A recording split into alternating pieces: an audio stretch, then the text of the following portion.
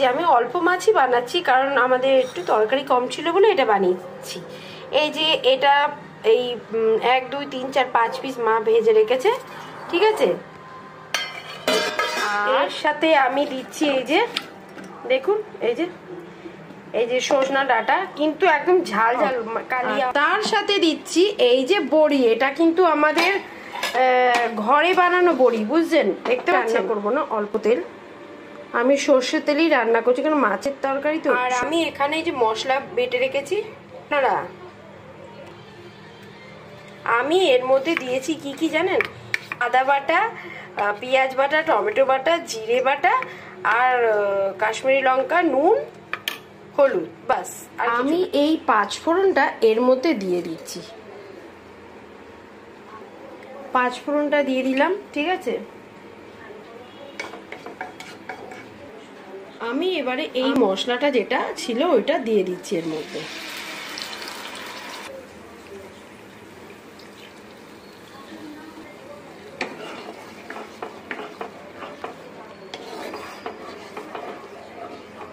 এটা আমি বানাচ্ছি মাছের কালিয়া, ঠিক আছে।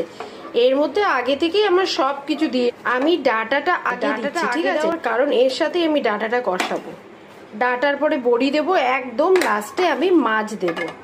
এইটা আমি একটু অন্যরকম ভাবে বানাচ্ছি, কেমন লাগছে আপনারা অবশ্যই কিন্তু আমাকে জানাবেন কিন্তু, ঠিক আছে। অনেকদিন বড় ভিডিও দিইনি, এই যে আমি দিচ্ছি, দেখুন। এবারে আমি এটা ঢেকে দেবো। আচ্ছা, এবারে আমি দেখবো এইটা ডাঁটারটা কতটা কি হলো, দেখুন।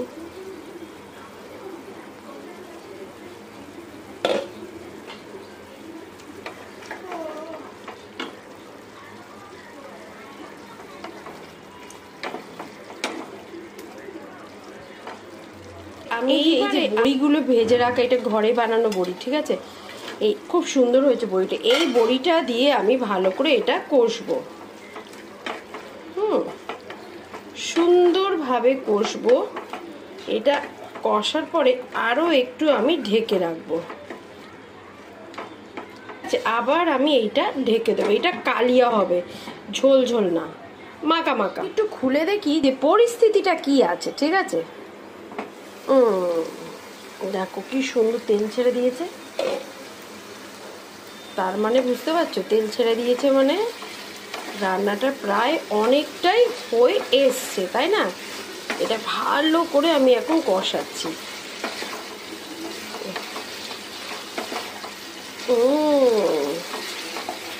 আশা তো করছি খেতে দুর্দান্ত হবে, দেখা যাক। তোমরাও কিন্তু এরকম বাড়িতে দেখো, এইটার অনেকে না, অনেক বাচ্চারা, আমার তো বাচ্চা, আমার বর, সবাই মানে ঝোল খেতে কেউ ভালোবাসে না, শুধু আমি আমার মাই ভালোবাসি, ঠিক আছে।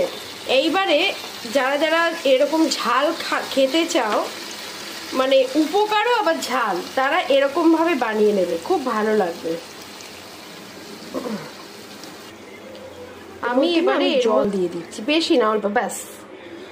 খুব বেশি জল দেব না, কারণ এটা মাখা মাখা হবে, ঝোল ঝোল হবে না, ঠিক আছে। এইগুলো সিদ্ধ হবে, মাছের মধ্যে ঢুকে যাবে। আর আমি খুব কম তেল ব্যবহার করেছি এর মধ্যে। এই মাছগুলো আমি দিয়ে একটু নাড়িয়ে নেব, কারণ অনেক সময় মাছ পুরো কষাতে গেলে না ভেঙে যায়।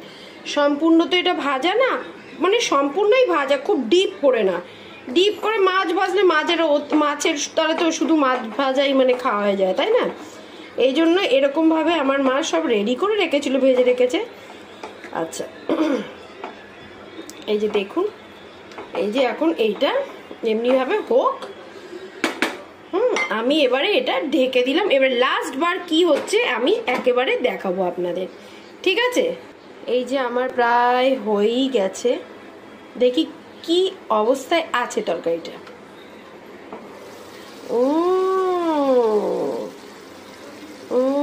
গল গল করে ফুটছে, দেখো, খুবই ভালো লাগে। দেখো, খাবে না মানে চেটে পুচে খাবে। টেস্টও হয়েছে, খুব ভালোই হয়েছে স্বাদ। আমার এই যে হয়ে গেল। বন্ধুরা, কেমন লাগলো রান্নাটা আপনারা অবশ্যই কিন্তু কমেন্টে জানাবেন, ঠিক আছে। দেখুন কত সিম্পল ভাবে আর কি ভালোভাবে বানিয়েছি। এরকম ভাবে বাচ্চারা যদি না খেতে চায় তখন এরকম ভাবে বানাবেন। অনেকে ডাটা টাটা খেতে চায় না, কিন্তু খুব সুন্দর, বিশ্বাস করুন আমি চেখে দেখেছি, খুব ভালো হয়েছে। এরকম ভাবে বানিয়ে ফেলবেন। ঠিক আছে, রাখছি আজকের মতো, টাটা।